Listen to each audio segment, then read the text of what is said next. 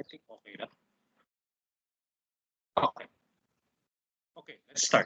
So I will discuss it, one from the book and the other from actual.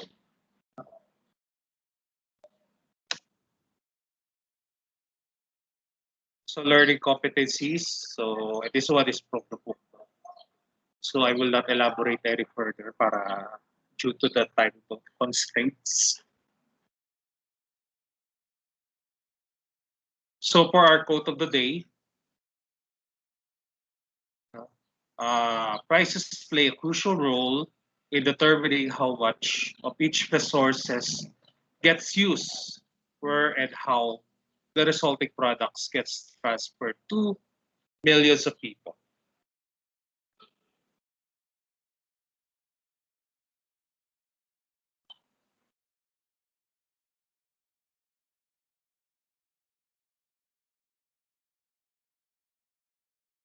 Okay. Yet, this role is seldom understood by the public and is often disregarded entirely by politicians. Okay, sabihan lang ako may problem yung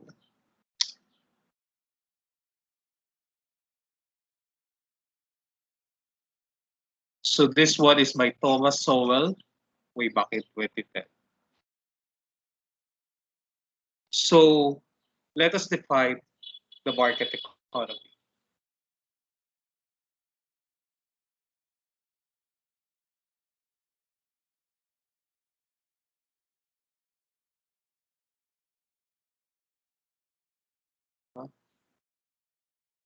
So it's already been discussed in the first quarter. So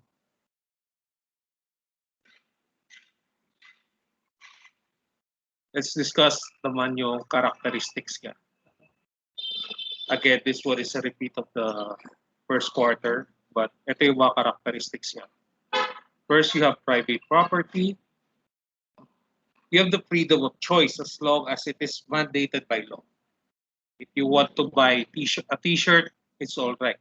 If you want to buy an electric fan, it's all right. Pero pag drugs na yung pinag-uusapan or other contraband, then it's not a good idea anymore. Of course, motive of self-interest. You're earning money for your own sake.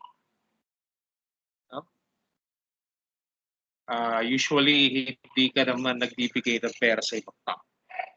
Then there is the competition between businesses. Of course, yung markets and prices. As you can see, the law of supply and demand is highlighted.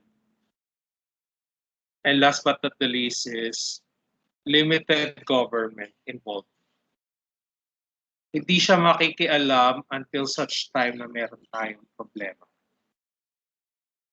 Let's see labor practices. Here's a tool po, no? You're watching. Then that's the time the government, whether the LGU or the national government, will step in. So this one is the planned versus the unplanned economy. So ito yung definition ng plan. Course of economic activities is decided by some central authority or government. So lahat ng mga activities mo is decided by the government. Whereas unplanned, they are fully dependent on the role of market forces. So limited government involvement. And then the right to produce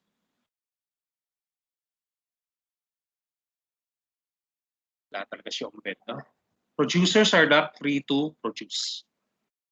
Only a certain authority decides the full variety of goods and services that people can consume. So again, yung government pa rin ang masusunod, yung central authority. Walang say ang producers.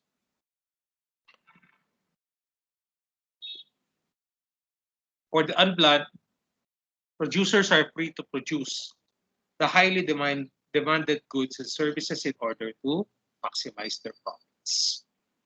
Kung ano man yung gusto mo i-produce, basta meron ka profit, hindi in the long run, it's all right. And aims, dito sila nagkakatalo, social welfare versus self-interest. Kapakanan ng nakararami at pansariling interest. Yun yung contrast between the two. So if you will see the plan and unplanned, most people will assume that the planned economy will succeed over the unplanned. Kasi meron kang plano. That's why it's called plan. However, this one happened. The black swan. So what is a black swan? These are events that are highly improbable to happen, but will have severe consequences if it arises. As already given an example, of course, you guys know about Ivana Alawi. What if napangasawa ko si Ivana Alawi? Masyadong highly improbable for that scenario to happen. And yet, if it does happen, it will become a black swan event. It might rewrite the history. Isipin mo, ordinaryong nilalang ka lang. You're just an ordinary person who married someone who's very famous. Forget Ivana Alawi. Even someone who's rich. It's highly improbable, but when it does happen, the consequences are drastic. So this is what happened to the planned economy. No one expected that it will crumble. So you have here the picture of the fall of the Berlin Wall, which happened at around 1989 to 1990. Was it a black swan? Yes. But there are people who were saying that it was not. So magandang subject for debate if it is a black swan event. Okay. It might be considered a black swan because no one was expecting the planned economy to fail. Pero sabi nila, there are precedents for such events, such as the fall of the Berlin Wall to happen. And one of those was Solidarnosc. Solidarnosc happened doon lang sa tabi ng Germany, which is Poland. Napatumba nila yung gobyerno. And siguro, Berlin or Germany, East Germany for specifically, got the idea. Kasi nung time naman na yun na nangyari, there was no internet. People have to rely on outside sources such as the news or people from other countries visiting the East Germany. Because at that time, Germany was divided into East and West Germany. The Solidarnosc. But how did this Solidarnosc happen? Indirectly, some people will say, ito talaga ang pasimuno. The people power revolution, which happened in our country, the Philippine Islands, the Republic of the Philippines. But is it really the reason? Is EDSA People Power One the real reason for these such events, such as Solidarnosc and the fall of the Berlin Wall and eventually the fall of the Soviet Union, for the planned economy to crumble and be gone? Yun ba talaga? It's subject for debate.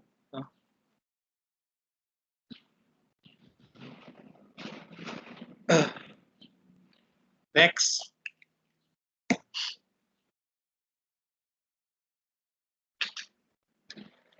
The price system.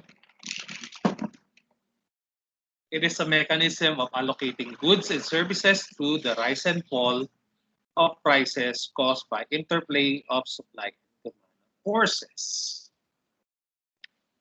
So it happens because of supply and demand. So let's say, one good example is during the Valentine's Day, tumataas ang presyo ng bulaklak, especially the red roses. Why? Because the demand rises, no? And the supply is dwindling. Therefore, rose sellers would be forced to raise the price of roses. There were some jokes in Facebook na yung bulaklak during Valentine's Day is so expensive that you will rather give your kung sino ba yung nililigawan mo or your girlfriend or your wife na isang sakong bigas, isang kaban ng bigas rather than buying a bouquet of roses. Sorry. And price system performs two important and closely related functions, which are the following: price rationing and resource allocation. So, what is price rationing? No? Nandito na sa, hindi ko na siya naitago, no? It is an automatic mechanism by which the market system allocates goods and services to consumers, even when quantities demanded exceeds quantity supplied. The price will dictate the equilibrium quantity supplied and demanded, and the customers will buy based on their preference. A good example of price rationing is last year. No? There was shortage of alcohol and tissue paper and other items. So the DTI, what they did is that they set a limit para hindi mag-spike yung prices. That you only have to buy, let's say, two bottles of alcohol. Hindi ka pwede mag-impact. Cannot buy in bulk or in many quantities. Para lang to curb the problem of the supply and demand. The price will dictate the equilibrium quantity supplied and demanded, and the consumers will buy based on their preference. So of course, people will still prefer the cheaper items unless they have brand loyalty. Let's see, sa alcohol, there are people who will say, bahala na ako ng mas murang alcohol. But there are some consumers that will still buy on the brand of their preference. Let's say, gusto ko Pagoda alcohol or Green Cross. Yun lang yung magiging outlier. So this is what happens on a price rationing. So here is demand. So yung supply na bawasan, supply curve shifts to the left. So pag nag-shift to the left, what will happen? A decrease in supply creates a shortage at original price. So this one is the original price. If it shifts to the left, tataas ang presyo ng bilihin. Quantity demanded is greater than quantity supplied. And the price will begin to rise. Kasi, konti na lang yung quantity. At bakit konti na lang yung quantity? Dahil ang supply mo, nag-shift to the left, tumataas ang supply. To lower the total supply, total supply is rationed to those who are willing and able to pay the higher price. So, ano mangyayari? Sino mag-adjust? It's the consumer. Are you going to buy it at a higher price, such as P1? Or hihintay mo na lang yung tamang panahon na bumalik doon sa P2 or P0, which is the original price. So, Omped is absent.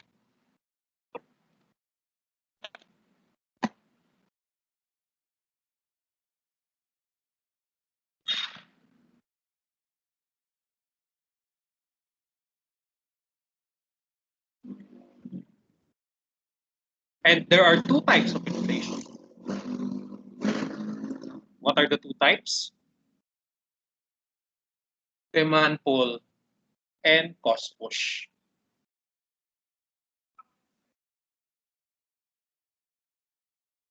So let's start with the demand pull. Demand pull inflation is an inflation initiated by increase in aggregated demand. So you can see demand curve shifts to the right. So anong mangyayari? Again, tumaas ang demand, same as supply, the price will rise.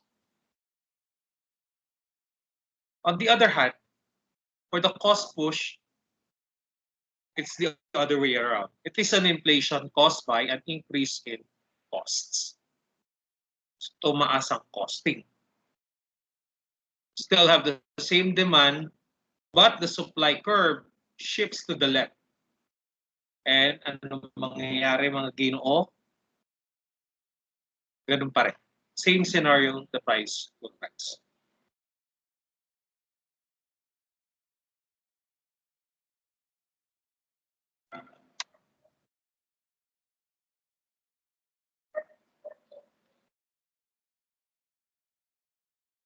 Okay. Okay. Correct.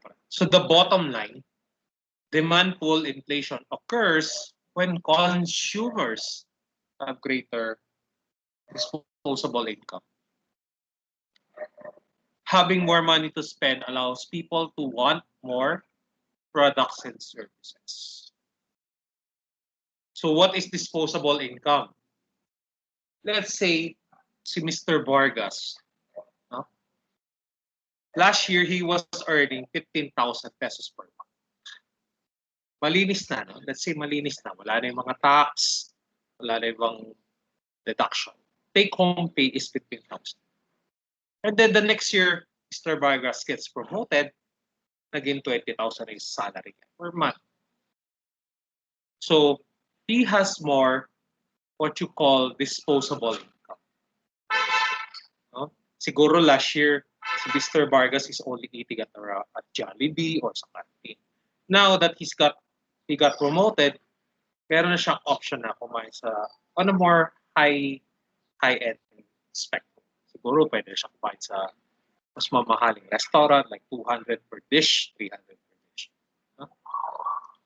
So it allows people to want more products and services. Of course, pag tumaas ang sweldo mo or lumaki ang earnings mo, you want to buy better items or higher quality.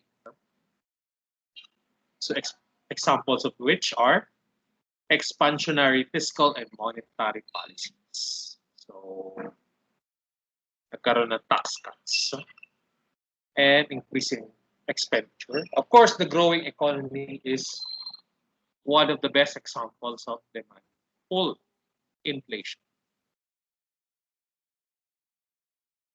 And then another is consumer expectation of future price increases. Minsan tayo yung nag-assume na tataas yung presyo.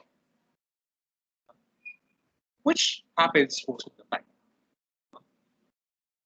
Increase in exports. So, mas marami yung binibili nating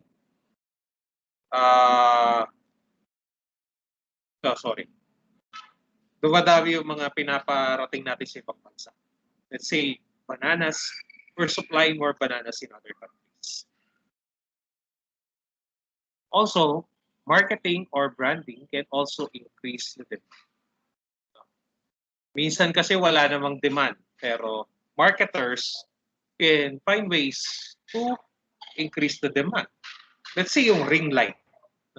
Wala naman demand nung last year, 2019. Usually, ang gumagamit yan yung mga YouTuber or influencer. But now, ultimo tayo mga ordinaryong nilalang. I'm using a ring light. Some of you might be using a ring light. Cost push, on the other hand, happens when supply decreases, creating a shortage. Producers raise prices to meet the increasing demand for their goods and services. So, kailan naman nangyayari yan? Balikan natin si FADM2, no? Sa manufacturing. Prices increase from production. Tumaas ang kuryente, tumaas ang labor cost, tumaas ang utilities, tumaas ang fixed cost. You have to pass it to the consumer. Kaya tumataas ang presyo. Monopoly pricing. Let's say si Meralco. Meralco has monopoly of the electricity here in Metro Manila and other surrounding provinces. So,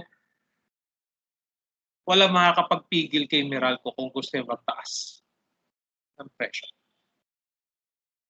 Natural disasters, no? Like floods, earthquakes, disasters, calamities. Of course, the price of items, lalo na yung mga commodities, they will rise. I have a friend, his family are business people. Mga negosyante sa Leyte during the time of Yolanda. Pinamigay na lang nila yung mga bilihin nila. Yung mga pagkain, bigas, asin, yung mga natira. Why? Because wala nang pera yung mga tao eh. Binaha ang Leyte ng Yolanda. They do not have money. Tinangay lahat to loot. So kaysa manakawan sila, sirain pa yung tindahan, pinamigay na lang nila.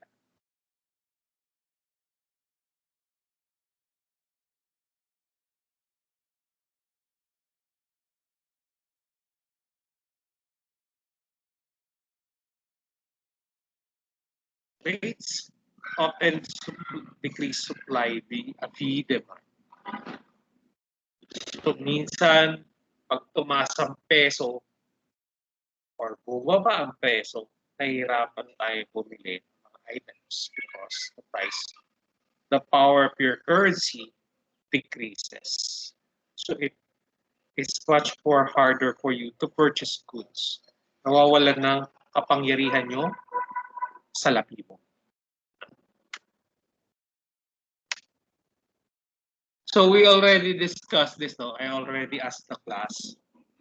So majority of you at that time said it is galloping inflation. But no. No first year of the trade law, we are at the walking inflation. Prices rise 3 to 10% a year. Pero now, ito talaga yung ideal, which is the creeping or mild inflation. So dito tayo. Dito Pilipinas, usually. Or dito. No? It depends on the scenario. Wala akong updated inflation rates sa Philippines for now. So let's just assume that it's halfway between creeping and walking inflation. Hyperinflation happened sa mga countries such as Venezuela, Hungary, Yugoslavia, and I think Zimbabwe is the other one. So that's it. Dito tayo. No? Pero minsan naglalaro din tayo sa walking inflation. But for most economists, not just in the Philippines, but all over the world, ito yung ideal nila. Creeping and mild. Alternative non-price mechanism. So you have queuing, rationing coupons, favorite customers, and the block. Okay.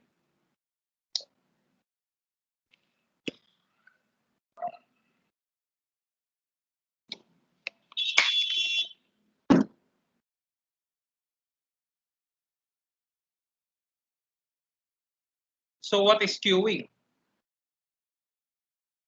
By the wording itself, no, kahit hindi ko alam. Pila. No? Pila para saan? Pila sa mga pagdi-distribute ng goods and services. It is a system that use waiting in line. So another good example, no, hindi lang ako nakapag-update ng picture, is the community pantry. Nakapila yung mga tao. No? But this one, mas common to during natural disasters. This picture is from Typhoon Sendong, the aftermath. So yung mga tao pumila para sa relief goods. So pag in-update yung picture, you have the community pantry.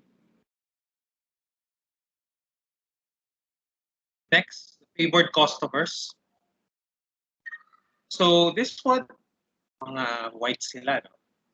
They are considered as those who receive special treatments from dealers during situations where there is excess demand. So sila yung mga nakikinabang. So these are VIP customers of a steakhouse somewhere. Oh, it's Japanese. No? Of a Japanese restaurant. Sorry. In New York City. So may priority sila. Pag pupunta sila doon, special treatment sila. Aside from that, we have here the UAP Game. So I think wala na namang UAP season.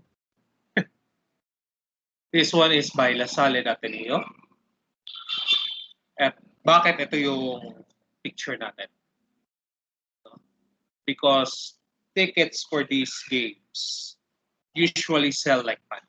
So ang ginagawa ng mga schools, for both schools, they have allotted tickets for some of their students and even alumni. Right. So let's say UAP ticket selling. There are limited amount of tickets that they can sell on campus, no? Para iwas scalpers. Sa Ateneo, I'm not sure about Lazada. We have the raffle, wherein you get to watch the games for free. You have a ticket, they will give you a ticket, you will be able to watch the games for free. But there's a catch.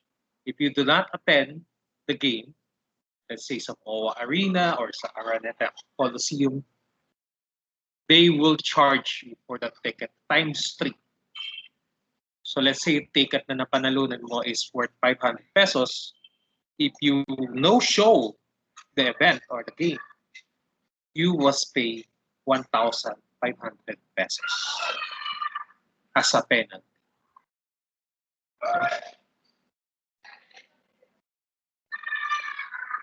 So sa Lasal, they can sell it on a first come first serve basis naman. Iba na may style nila. Kung sino una nakapila, benta na sa ticket, that's it.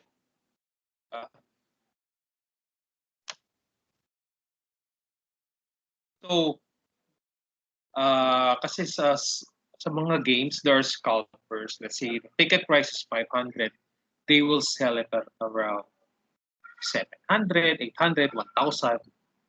Pag finals pa, minsan times 5, times 4. No? Pero pag nag-start na yung game, kinakabahan na yung mga scalpers. So, pinababa rin nila yung price. Minsan, worst case scenario, balik tayo. Benta nila ulit 500 para lang mapakawalan yung cost. Sayang yung ticket eh. And musical events. So I am a fan of Led Zeppelin. So they're the biggest fans in the world. Matanda na sila. So the last time they had a concert was around 1985. Then after that, they went their separate ways. In 2007, they have the quote-unquote their final concert. And demand for tickets is huge. concert for 22 years at that time. So, kung talagang as a Led Zeppelin, 27 years. So what they did is that they had a raffle for the tickets. This one. So the price is 125 pounds. Roughly mga 5,000 pesos, 6,000. 20,000 tickets for the O2 Arena. Pero ang sumali ay 2 million. So whoever wins, so syempre malabo yung chance na ibenta yung ticket. Because this is an opportunity of a lifetime. You have to watch the band. You have to watch the band perform, which is a once in a lifetime experience.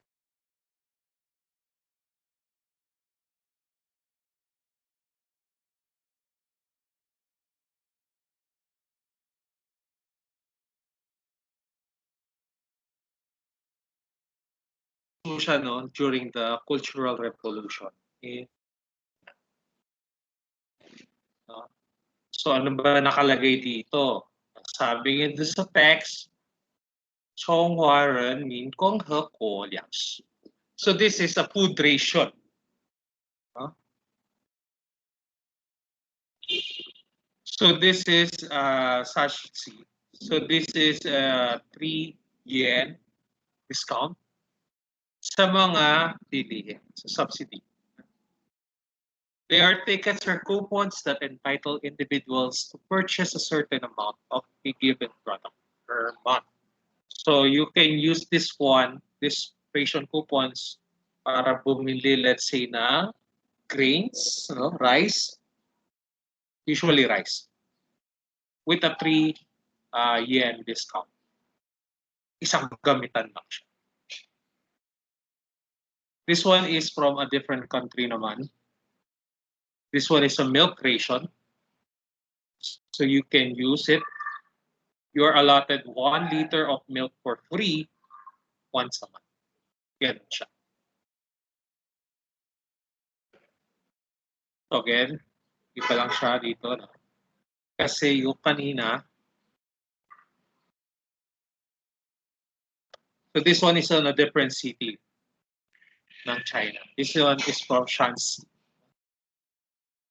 province. So ito yung mga discount niya. 1 yen, renminbi, sorry. 2 renminbi, 5 renminbi, and 10 renminbi. So of course, ito yung pinakamalaking discount. When I was young, there was a barber shop. Pag naka 10 haircuts ako, kukross nila yung kada haircut. Haircut. Pag naka 10 na ako, yung pang 11 ko ay libre. It's free. That is a form of ration coupons. And those who are patrons of Lazada and Shopee, meron din ration coupons. Let's say free delivery. Pag bumili ka ng 5,000 pesos, you get free shipping or 100 peso discount or something to that effect. So familiar tayo sa ration coupons.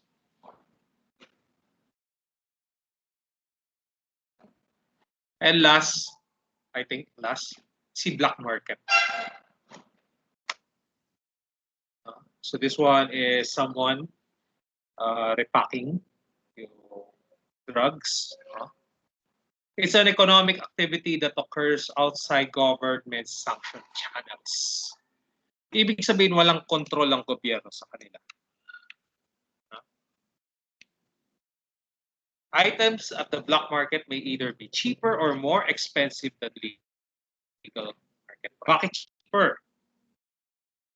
Probably because hindi duman sa customs. Diba? Ganyan yung mga racket ng ibang OFW, magpaparating ng isang balikbayan box. No?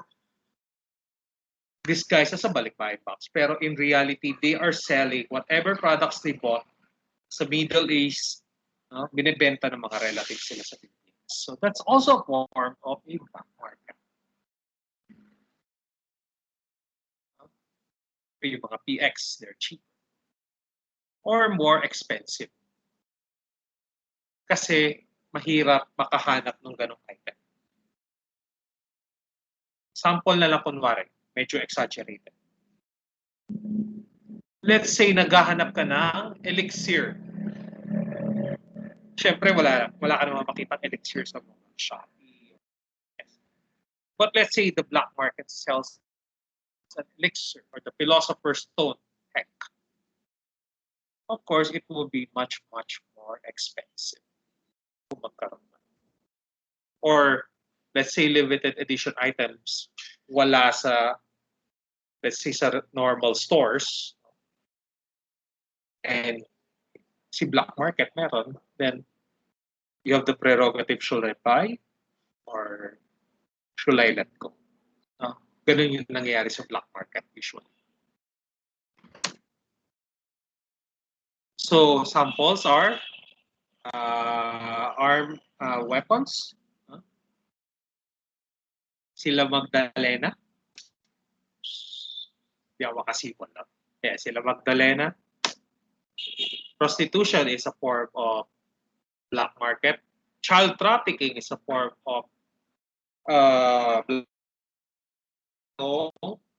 mga pedophiles involved. It's a black market. Of course, hindi lang halata pero yung sa black market. Why? Probably yung mga empleyado nila ay walang SSS. Okay.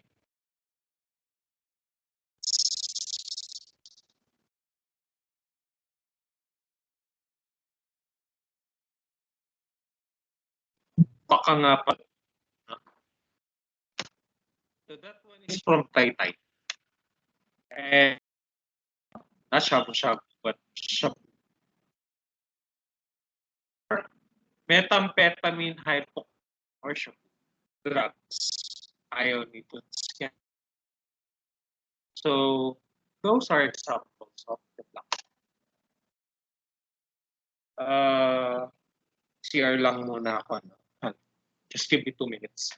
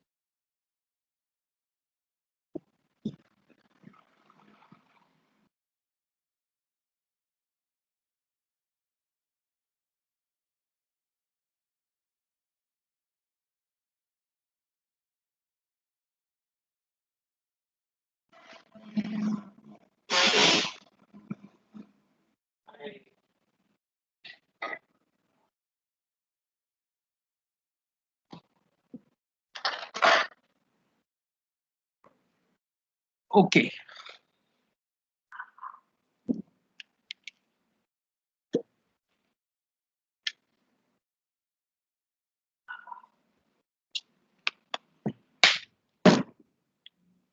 Okay, so tapos na tayo sa book style. Tapos na tayo sa bookish lesson. Now we will comply with the Department of Education standard.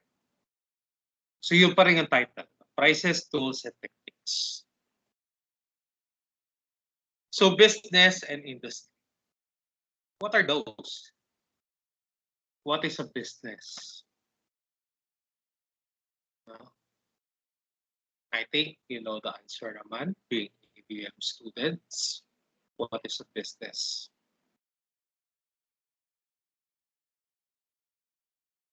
Yeah.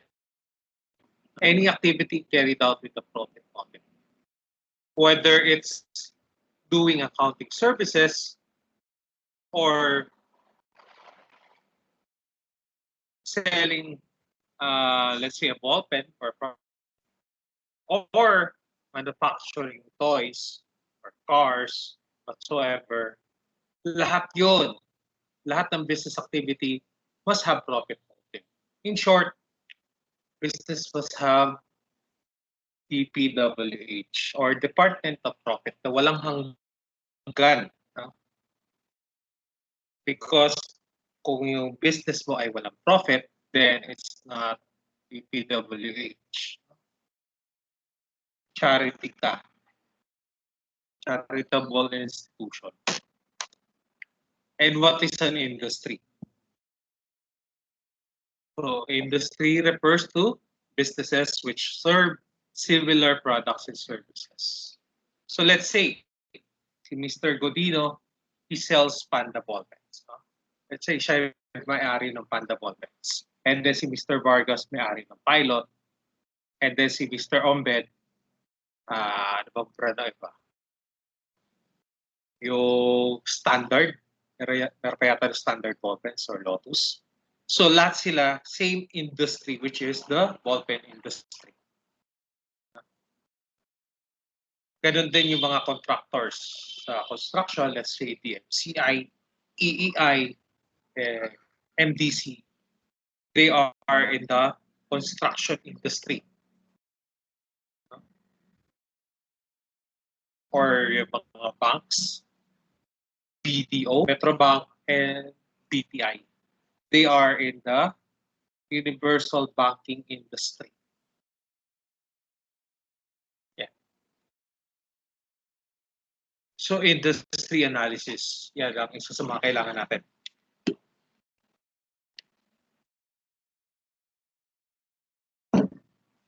It is a market assessment tool used by businesses and analysts to understand the competitive advantage of an industry. Competitive dynamics. Sorry. Ano ba meron dito sa industry na to? What makes this industry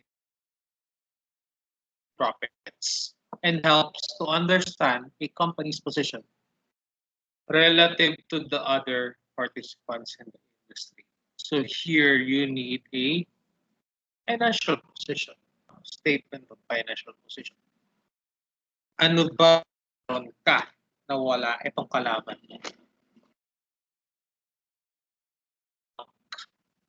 Let's say Universal Bank. Why is BDO the top universal bank compared to Metro Bank and or BPI? Yun ang industry analysis. Swan. So ito, first, so even if you are not an ABM student, even if you're from a strand or kahit hindi ka nakapag most of the people have an idea what the weakness, opportunities, and threats. Ano ba itong mga to? What are these? Strengths are the characteristics of a business which gives it advantage. So let's say sa hotel or hospital, the location is the ultimate strength. Ito yung pinaka-prioritized strength. Mas maganda yung location mo compared sa kalaban mo. Therefore, you have the strength. For your opponent or your competitor, it is a weakness. Kasi its location is inferior or it serves a different target market. The weakness is characteristic of a business which makes it disadvantageous relative to competitors. So, usually sa mga internal to. Probably the marketing department of your company is inferior compared to your competitors. A good example is while I'm drinking coffee is right now marami tayong mga nakikitang 3-in-1 coffee sa market. But at that time, at one point,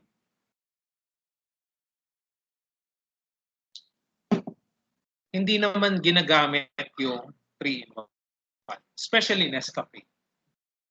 At that time, Nescafes aim is bumili ka ng coffee niya, bahala ka maghanap ng asukal mo, and coffee made. And then, ikaw magtimpla mag-isa mo based on your liking.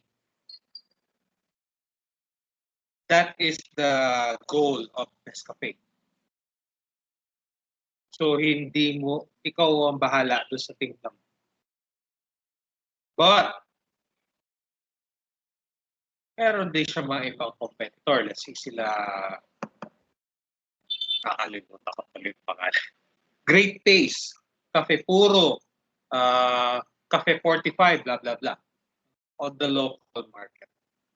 And then, may biglang dumating na parang Bulalakaw,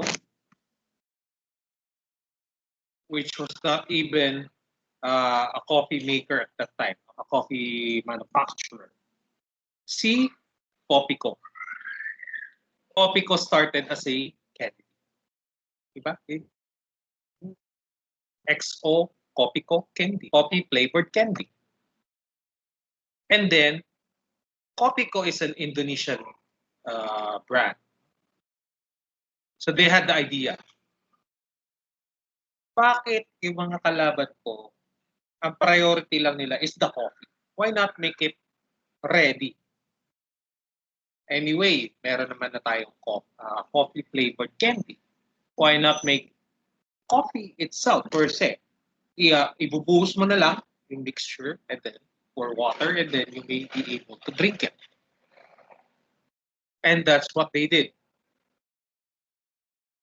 Parang binomba yung mga local brands natin nung lumapag sa market. Si Popico 3-in-1.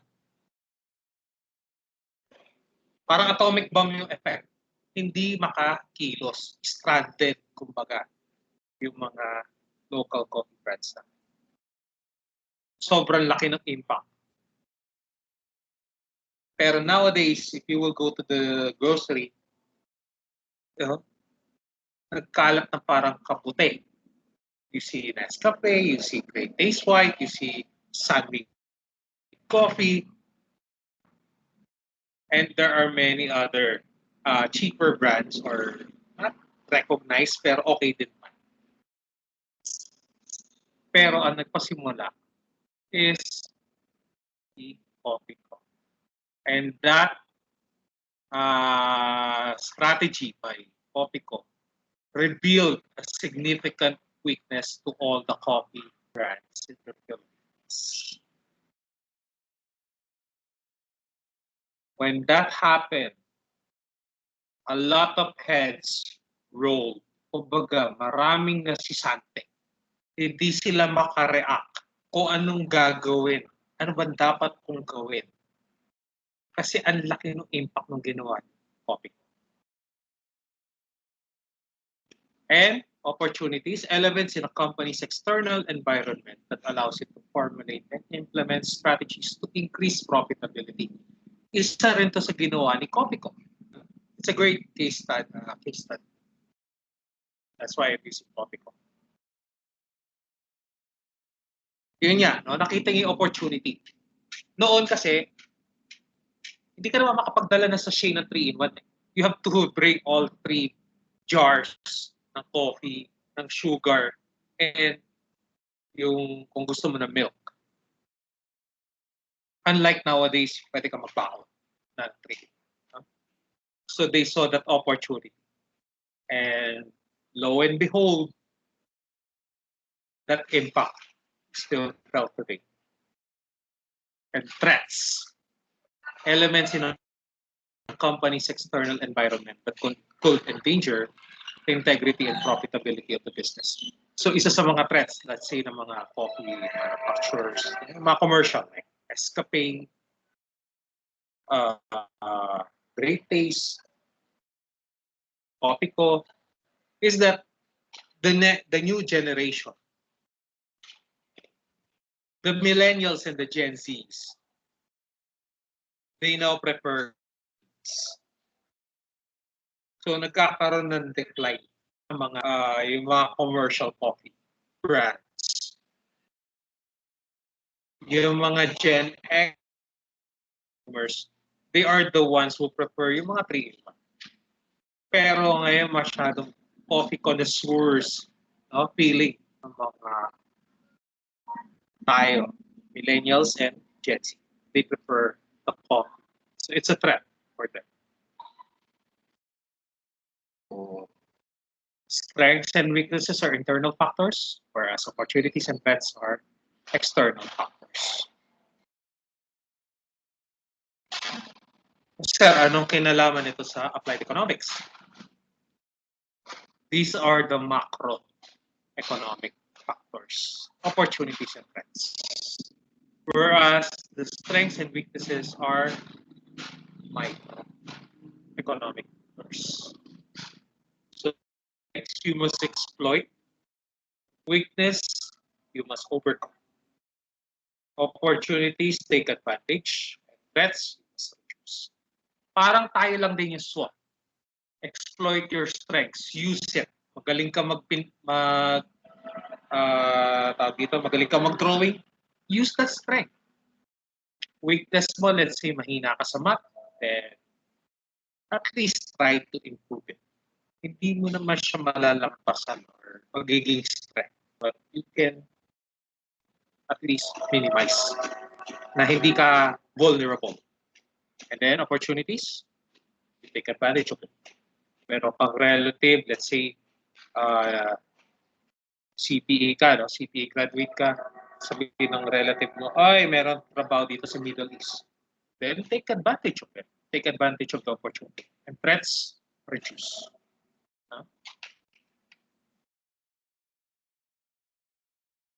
As much as possible, reduce that threat. Hindi mo siya matatanggal, pero you can at least bawasan yung threat niya. The sample SWOT analysis, this one is for Netflix. If you still have the book, yung Diwa book, you can also read yung Mr. Rosario's Wonder Drug, I think, or Birdman book.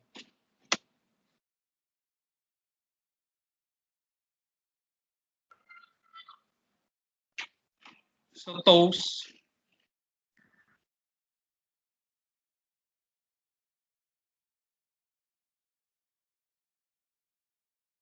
analysis, strategic questions.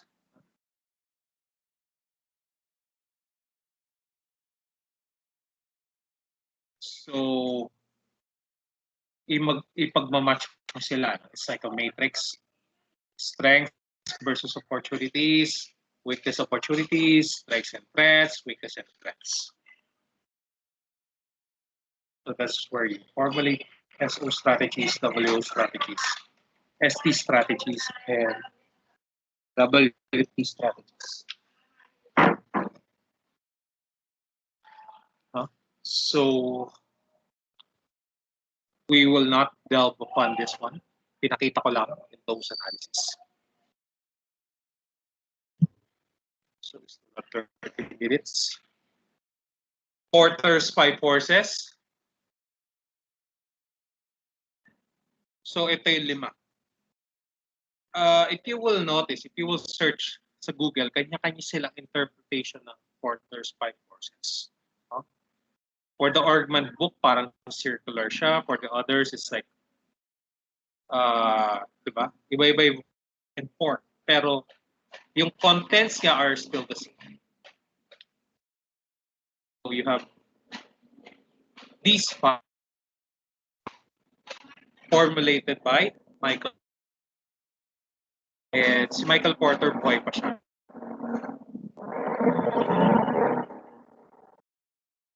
Nagkaroon siya ng +1. Pero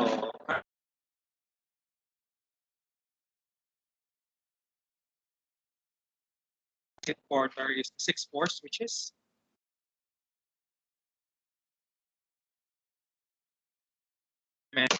dito muna tayo.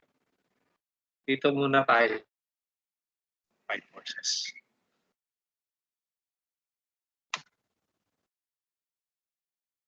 So please define the following. I will not ask you anymore, pero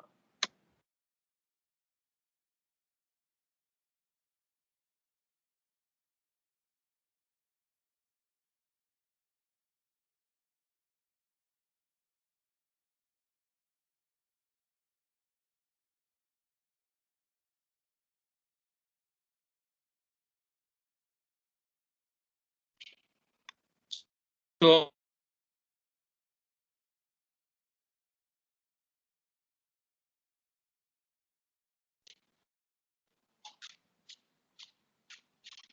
of course,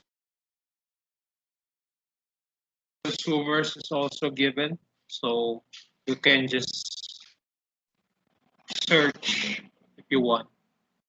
Supply, of course, alam niyo na rin yan.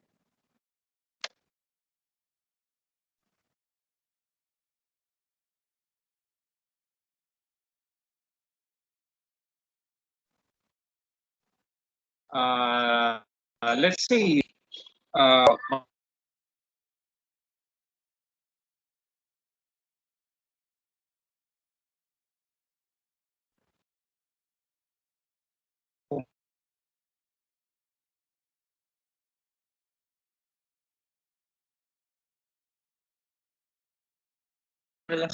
and new entrants. So those are new competitors. So A, rivalry among competing firms. Ano ba yung mga factors? So it describes the same industry.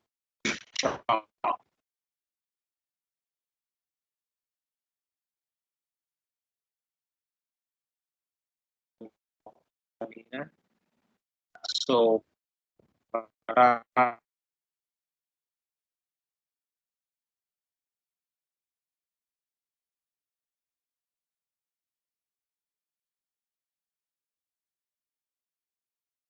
sabihin ng di sila naman talagang naglalaban ng todo. At cutthroat, of course, to the point na umaabot ka sa red ocean. Matirang matibay. So here are the factors. Gaano karami? The number and size of competitors. Diverse. How diverse are they of competitors? Ito, importante ito. Industry growth and industry concentration. Kamusta naman ang growth ng industry? Is it growing at around 18% per year?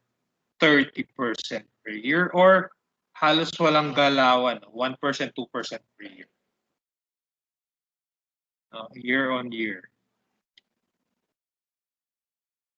How much concentrated is the industry?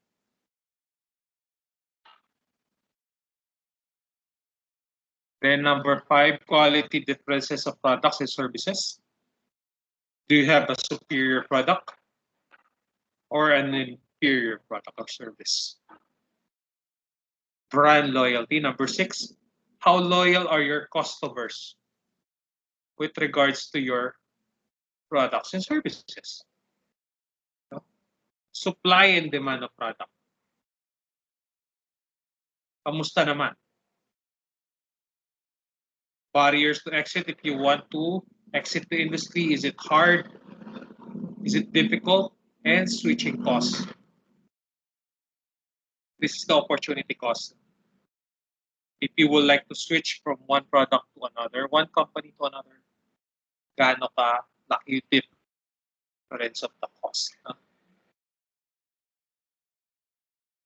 So this one is your product or service cheaper or more expensive in conjunction with the quality differences? Second is the bargaining power of consumers. So can be the most important force affecting competitive advantage.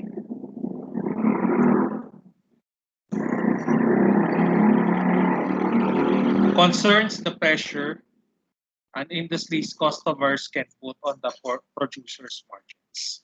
So of course, in the industry by demanding a lower price or higher product quality. A good example of this is yung milk tea. Ang milk tea dati, ang presyo is around 150 pesos.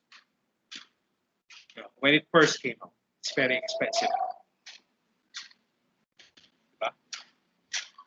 So consumers, in the long run, dumami yung mga milk tea stores. Consumers will say, baka lang kaya nyo ibaba yung presyo ng milk tea.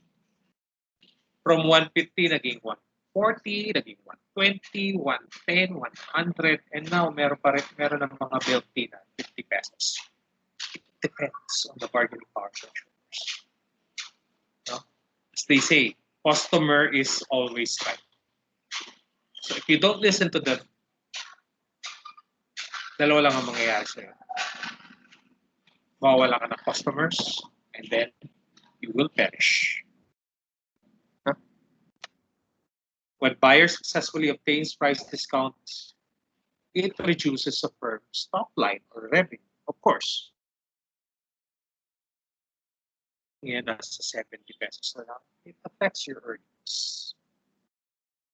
Kailangan mag-produce ka or makabenta ka ng more items para lang makuha mo yung dati mong revenue. It happens. So here are the factors. Number of customers or consumers, bulk buying. That's economics. Syempre, there are stores that if you buy in bulk or if you, let's say, buy gallon milk tea, mas nakakatipid sila. Differences between consumers. So, preferences to. Price sensitivity.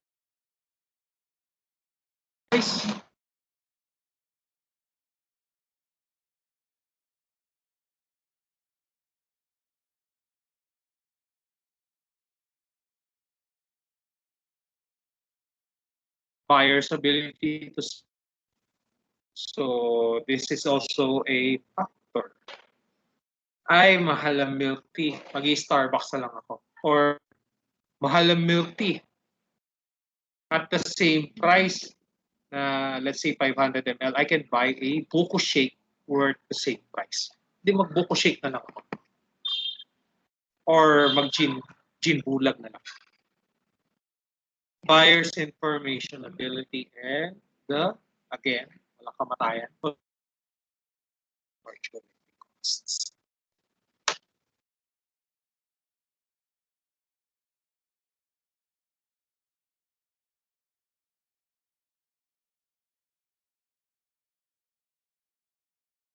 Competition in an industry pressures that industry suppliers can exert on an industry's profit potential. So, makapangyarihan din ang suppliers. It depends.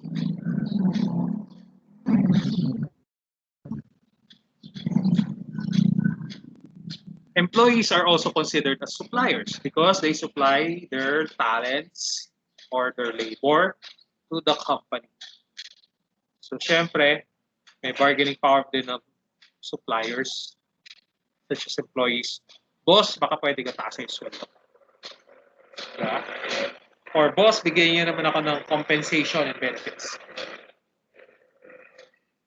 So here are the factors. Number of suppliers. Baka naman yung company mo isa lang supplier. Of course, they will have tremendous power. But if you have at least 3 to 5, that power of suppliers will be at least diluted. The supplier doesn't have the power anymore. Number 2, size of suppliers. How big is the supplier? There are some suppliers that are multinational companies, and then there are some suppliers small type or and number 3, uniqueness of each supplier's product. Probably the product that you need, yung isang supplier lang ang nagkikerry. You cannot find that product on other suppliers. So therefore, that supplier has a bargaining power. focal firm's ability to substitute. Let's say, again, milk tea na lang tayo. Nag-substitute ka ng mga pearls, ng cream cheese mo, nagpalit ka ng supplier, nagpalit ka ng brand. You have that ability. Hindi na ako bibili sa'yo. I'll just buy to another supplier the same item at a much cheaper cost. Or I will be given a credit terms. And number 5, again, never ending the firm switching costs. If I switch from one supplier to another, ano mangyayari sa akin? Makatipid ba ako or lalaki yung gastusin ko? That is switching costs. Next, potential entry of new competitors. So ito lagi. Ito yung battleground niya. Lalo na sa mga online, let's say Shopee, Lazada, you don't know who your competitors are. Saan ba nakalocate tong competitor na to? So, it's not like in the 1960s, 70s, 80s, 90s, and even early 2000s na ay lang mga competitor. Sa area na to, kaya-kaya. Now, 2020, 2021, pwede mo kalaban yun na sa ibang lugar for that product or service. Diba? Pwede mo kalaban yung seller sa Parañaque where even if you're located in Pasig or seller A is located in Valenzuela, seller B is located in Tinlupa. It happens. Okay. Potential entry of new competitors is the risk that potential competitors will enter an industry. Of course, you have the disadvantage. Kasi ikaw yung baguhan. Compared to your competitors na meron konting experience and meron leverage, you're still in UP. So here are the factors, barriers to entry. Gaano ba kahirap pumasok? Economies of scale. Of course, your competitors have that advantage. You are already at a disadvantage. Number 3, customer loyalty. Again, yan yung isa sa pinakamahirap na kalaban if you're your competitor. The loyalty of the customers. Lalo na kung nakuha na nila yung satisfaction. Number 4, capital requirements. How easy is it to establish the business?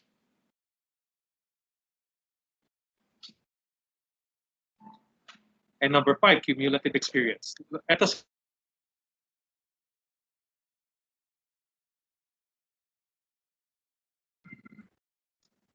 so the only way for the new competitor is to quote-unquote employees from other companies.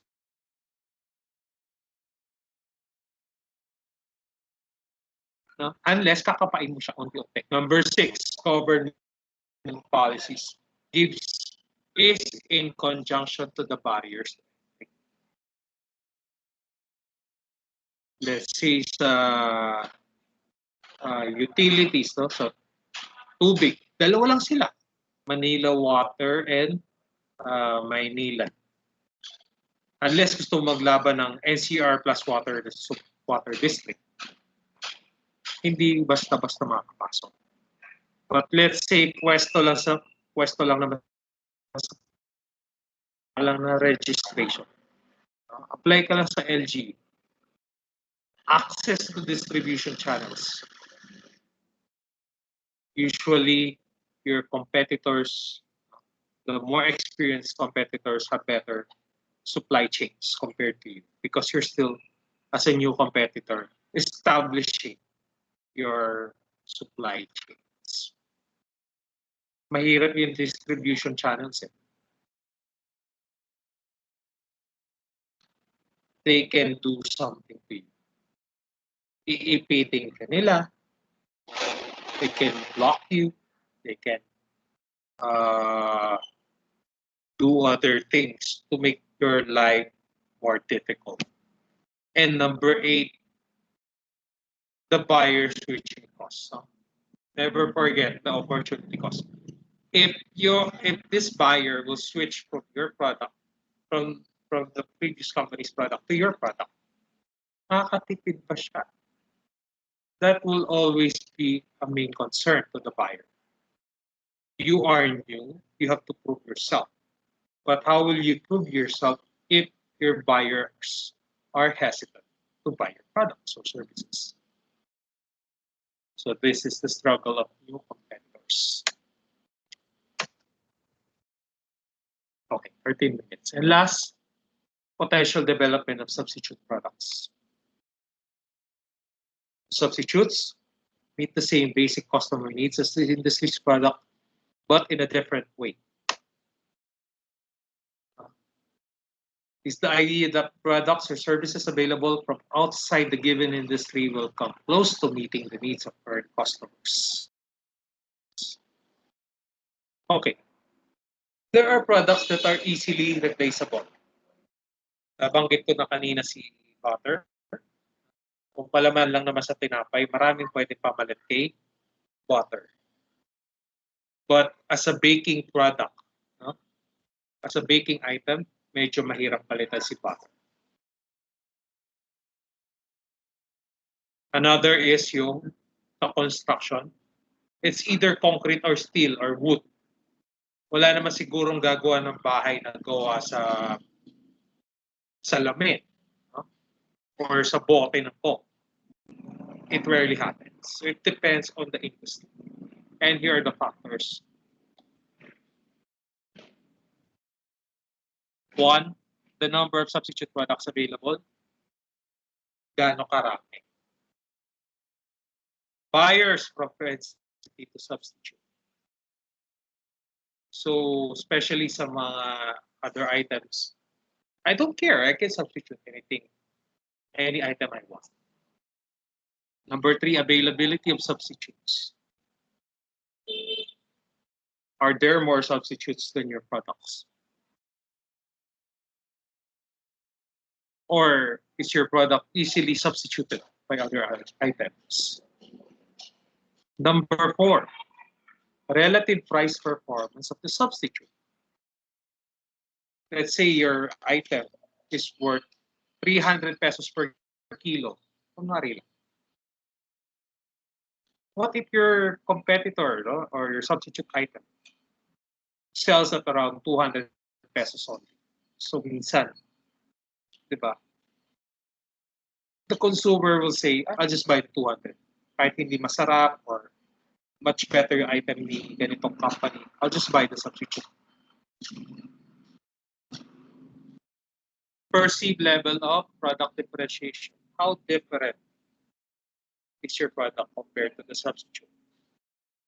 Let's say your product is butter A, and then your competitor's butter. Baka ba hindi halata yung product differentiation? They're just both butter, even if your item is much superior. Kung malaki yung price differences, then there is that perceived level of product differentiation.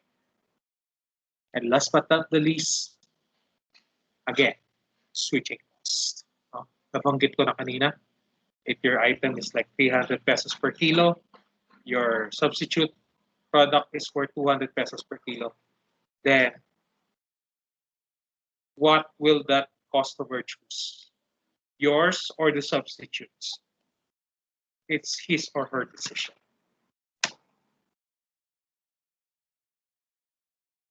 Hindi na natin discuss to, complementary. But I'll give an example. Let's say your cell phone. You have a cellular phone. Kung phone lang siya, it's useless. Pampato lang yan. So the complementary are the apps. Diba? Yung Internet Explorer mo dyan. Google Chrome. Ano pa ba? Yung mga games. App Store.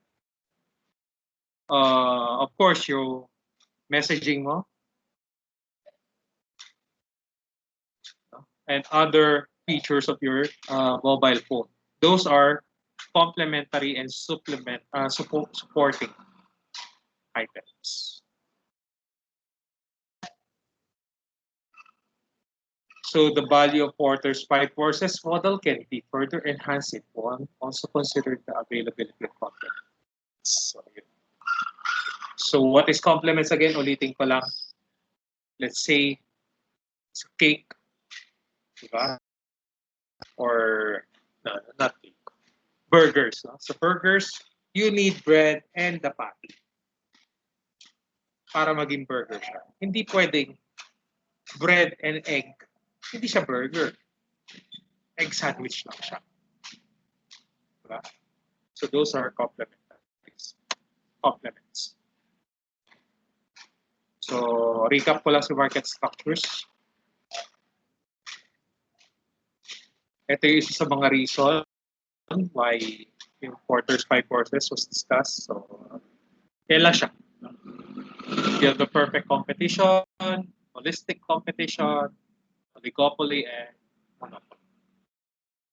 So dito nagdi-dictate yung quantity, number, and the barriers. Also describes the pricing and the product itself. So yan lang siya. I will not delve any deeper. So we still have 7 minutes. So I think Mr. Godin already submitted this one. So no problem. So Mr. Vargas, pakisubmit lang. So here are the questions. So just submit it to me. Okay. And also this sit work, no? Kindly submit.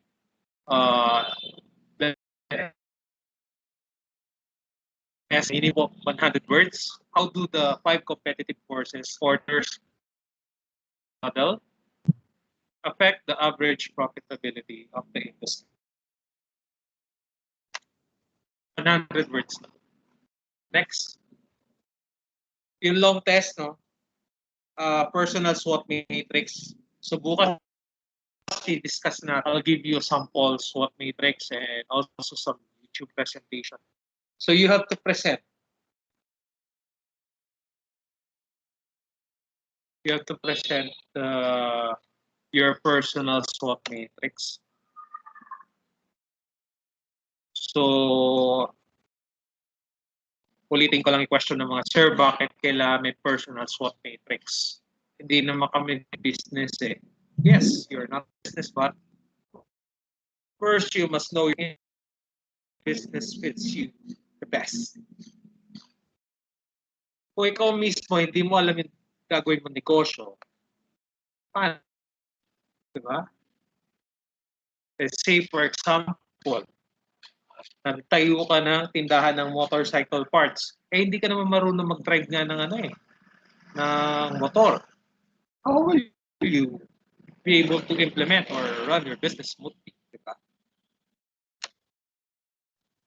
So here the scope, discuss your macro and micro economic environment. Identify your own personal strengths, weaknesses, opportunities. Yun lang naman. Performance task.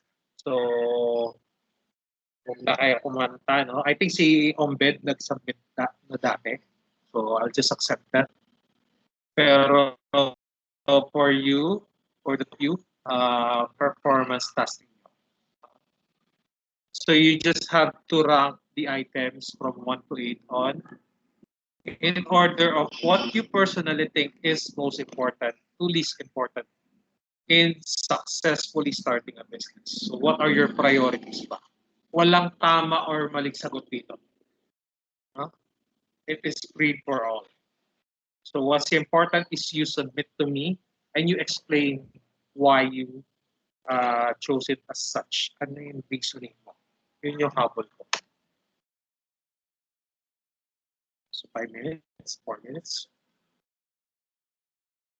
So quarterly assessment, ganun din. No? Kung ano yung pinagawa ko last term, yun pa rin. Social enterprise business proposal.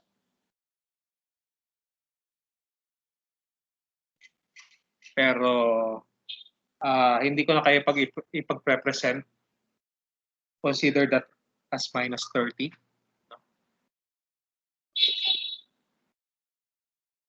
So you just have to make a PowerPoint presentation. No need to present itself. Now for your grades, if you have completed your requirements, I can go further beyond 75. Who knows, I might give 8, heck, even 90. So, magbibigay ako tomorrow ng sample muna, no? Ito muna yung focus natin tomorrow. Long test. And then, I will give you the sample video ng demonstration nila, whether Zamboanga or Haro, no kanilang personal SWOT. Just to give you an idea.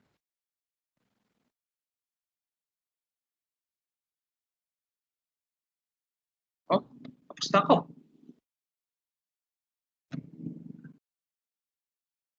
So, do you have any questions?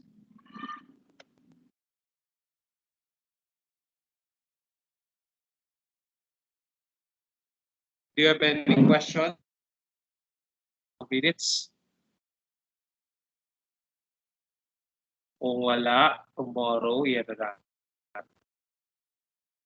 Gagawa tayo ng lesson to sa personal SWOT. I'll give you a sample PowerPoint presentation.